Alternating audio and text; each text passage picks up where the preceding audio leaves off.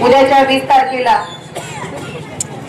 तीर्थक्षेत्र विकास आघाडीच्या नगराध्यक्ष पदाच्या अधिकृत उमेदवार आदरणीय सुनंदाताई अवतडे, आमच्या आभी तसेच आपल्या या प्रभागाच्या नगरसेविका पदाच्या उमेदवार आदरणीय विद्याताई यांना रिक्षा या चिन्हासमोरील बटन दाबून प्रचंड बहुमताने विजयी करण्यासाठी आज आपण इथे उपस्थित आहोत। खरं तर नगरपालिकेच्या या इलेक्शन मध्ये उतरत असताना विकासाच्या मुद्द्यावर आपल्याला बोलणं खूप गरजेचं आहे, कारण आज आपण प्रत्येक प्रभागात जाऊन बघतोय।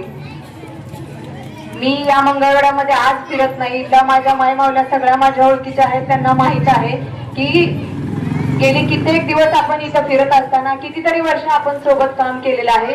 या भागातील जे काही कामं प्रलंबित राहिलेले आहेत त्या कामाला, त्या मुद्द्याला हात घालत असताना विकासाच्या विजनवर आपल्याला बोलायला पाहिजे। येणाऱ्या काळामध्ये इथल्या ज्या लोकांच्या अडचणी आहेत त्या समजून घेऊन जी राहिलेली कामं आहेत ती कशी पूर्णत्वाला नेली गेली पाहिजेत यावर आपल्याला बोलायला पाहिजे। आणि खरं तर विकासाचं विजन घेऊन आभी असतील किंवा आमच्या विद्याताई आहेत त्या आपल्या घरातल्या आहेत, ही पोरगी तुमची आहे, तुमच्या सोबत राहून काम करणारे आहे। कुठेतरी तिच्या पाठीमागे तुम्ही आई म्हणून, बहीण म्हणून, तुम्ही भाऊ म्हणून उभं राहणं खूप गरजेचं आहे। आपल्यातील एखादी व्यक्ती, खरं तर मगाशी भाषणात मला प्रकाश दादांनी ऐकवलं की कुठेतरी बुरटा म्हणजे एखाद्या कार्यकर्त्याला म्हणणं अतिशय दुःखद आहे, कारण आज आपण काम करत असताना मी नेहमी सांगते की आम्ही इथं का उभा आहे किंवा आपण इथं का आहे, तर आपल्या सोबत खांद्याला खांदा लावून काम करणारा प्रत्येक आपला कार्यकर्ता, आपणही कार्यकर्ता आहे। तुम्ही आपल्याला एखाद्या आपल्यातल्याच व्यक्तीला आपण बळ देतो आणि तो ज्यावेळेस पुढे जातो तेव्हाच एखादा माणूस नेतृत्व करू शकतो। तर प्रकाश दादा सारख्या व्यक्तीला ज्यांनी पाय फुटेपर्यंत अगोदरच्या उमेदवारांचं काम केलेलं आहे, एवढ्या वर्ष त्यांना निवडून आणण्यामध्ये यांचा सिंहाचा वाटा आहे आणि त्यांना कुठेतरी म्हणजे चुकीच्या शब्द वापरून संबोधणं हे आपला सगळ्यांचा अपमान आहे आणि या गोष्टीचा प्रत्येकाने विचार केला पाहिजे। माझ्यासोबत काम करणारा माझा प्रत्येक सहकारी हा माझा आहे आणि आपल्या जीवात जीव आहे तोपर्यंत आपल्यासोबत लढायला तयार असणाऱ्या कार्यकर्त्याला जर आपण कुठेतरी वाईट हेतूने तुलना करत असेल तर इथून पुढच्या काळामध्ये तुम्ही विचार करायची गोष्ट आहे, या तरुण पिढीने विचार करायची गोष्ट आहे की कुणाच्या पाठीमागं आपण उभा राहायचं आहे।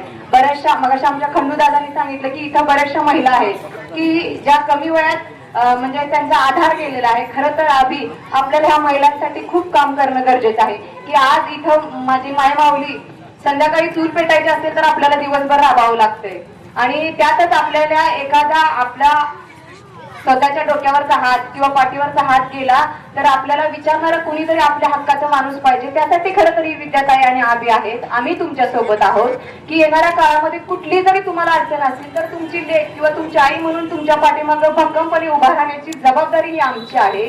कारण मला माहित आहे की आज आपण काम करत असताना आपल्या पदराच्या गाठीला 2 रुपये साठावं आणि उद्या त्या 2 रुपयामधून कसं 2,000 2 लाख करून आपल्या एखाद्या लेकीबाळीचं लग्न करण्यासाठी आपण किती सक्षम बनायला पाहिजे ही गरजेची, ही येणाऱ्या काळातली गरज आहे की इथे उपस्थित माझी प्रत्येक मायमावली स्वतःच्या पायावरती स्वकष्टातून भक्कम उभी राहणं गरजेचं आहे। त्यासाठी महिला सक्षमीकरणाची या भागात खूप गरज आहे, कारण आपल्याला तुमच्या हाताला कसं काम मिळेल, घर बसल्या तुम्हाला कुठला व्यवसाय करायचा असेल किंवा इथं नगरपालिकेअंतर्गत ज्या योजना येतात ज्या आजपर्यंत आपल्यापर्यंत पोहोचत नाही त्या दृष्टिकोनातून काम करण्याची गरज आहे।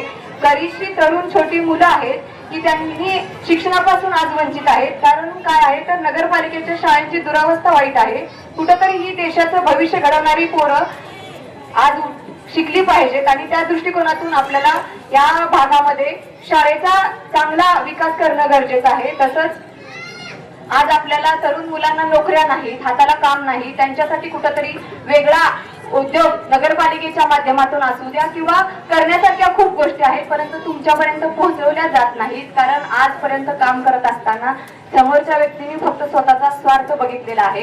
काल त्यांनी बोलताना सांगितलं की ताई इथं येऊन माझ्या घराच्या समोरच्या खड्ड्याबद्दल बोलून गेल्या, नक्कीच मी बोलले म्हणून तुम्ही कामाला लागला, काम झालं।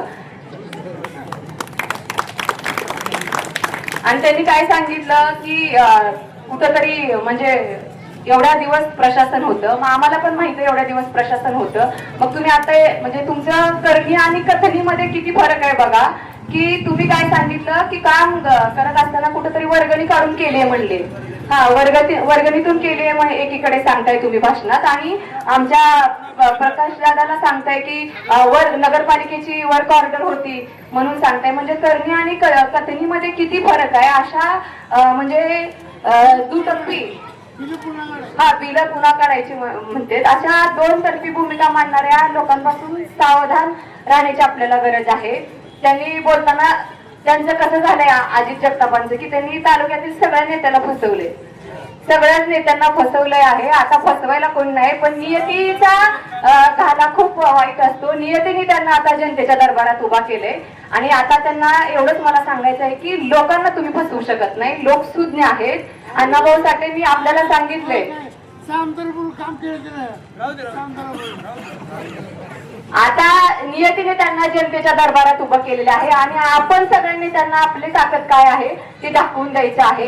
कारण अण्णाभाऊ साठेंनी सांगितलंय की नैराश्य हे तलवारीवर साचलेल्या धुळीसारखं असतं, धूळ झटकली की तलवार पुन्हा धारदार होत असते. आता आपल्याला आपल्या मताची तलवार धारदार करण्याची गरज आहे. एवढं एकजुटीने इतकं असं मतदान करायचं आहे की परत इकडे फिरकले नाही पाहिजे, आपल्याला फसवायची धाडस त्यांनी केली नाही पाहिजे. आणि ज्या लोकांनी त्यांना इथपर्यंत पोहोचवण्यासाठी खांद्याला खांदा लावून काम केलं, त्यांची कुठेतरी वल्गना करायची धाडस, म्हणजे आपल्या सर्वसामान्य लोकांच्या अस्तित्वावर घाला घालण्याचे जे धाडस त्यांनी केलेलं आहे ते परत केलं गेलं नाही पाहिजे. आणि त्यांनी बोलताना काय सांगितलं की त्यांना मला एवढंच सांगायचंय की विकासाचं विचारल्यावर तुम्हाला एवढा तीळ पापडवायची काही गरज नाही. तुम्हाला प्रश्न विचारल्यावर काय काम केलं हे विचारल्यावर एवढी तीळ पापडवायची काही गरज नाही. तुम्ही काय काम केलं हे दाखवून द्यायला पाहिजे. आणि त्यांनी परवा एका व्हिडिओमध्ये सांगितलं की मी हे काम केली आणि माझ्या आदरणीय नानांनी काय काम केलं असं त्यांनी विचारलं की जी कामं दाखवली सर ती पण आमच्याच काळात नानांनीच केलेली आहेत, ते सोबतच होते. मग तुम्ही एवढे विकास पुरुष होता, नानांनी काय काम केलं म्हणून विचारता. तुम्ही एवढे विकास पुरुष होता तर मग एवढा दिवस कसं काय राहिला मग नानांच्या सोबत. हा माणूस कधी कोणाचा होऊ शकत नाही. त्यामुळं सगळ्यात आपल्या मंगळवेढा शहराला माहित आहे की हे कशासाठी इथं नगरपालिकेच्या इलेक्शन मध्ये उतरलेले आहेत.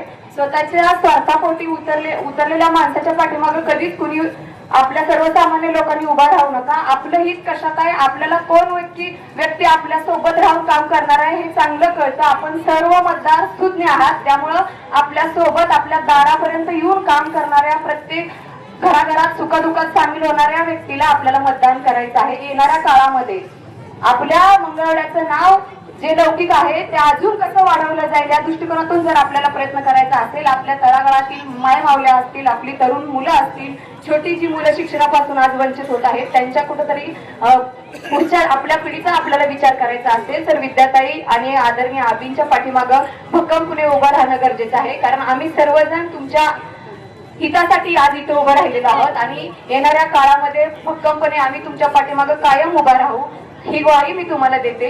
आणि येणाऱ्या 20 तारखेला रिक्षा या चिन्हासमोरील बटन दाबून तीर्थक्षेत्र विकास आघाडीच्या सगळ्याच उमेदवारांना प्रचंड बहुमताने विजयी करायचं आहे. आणि मायमावल्यांना माझी विनंती आहे की आपले एकही मत इकडे तिकडे गेलं नाही पाहिजे. रिक्षात बसायचं, जर बूथ इथं असेल तरी पण रिक्षात बसून जावा आणि रिक्षालाच मतदान करा. येणाऱ्या काळामध्ये विजय हा आपला आहे हा शब्द आणि ग्वाही तुम्हाला देते आणि थांबते. धन्यवाद. जय हिंद, जय महाराष्ट्र.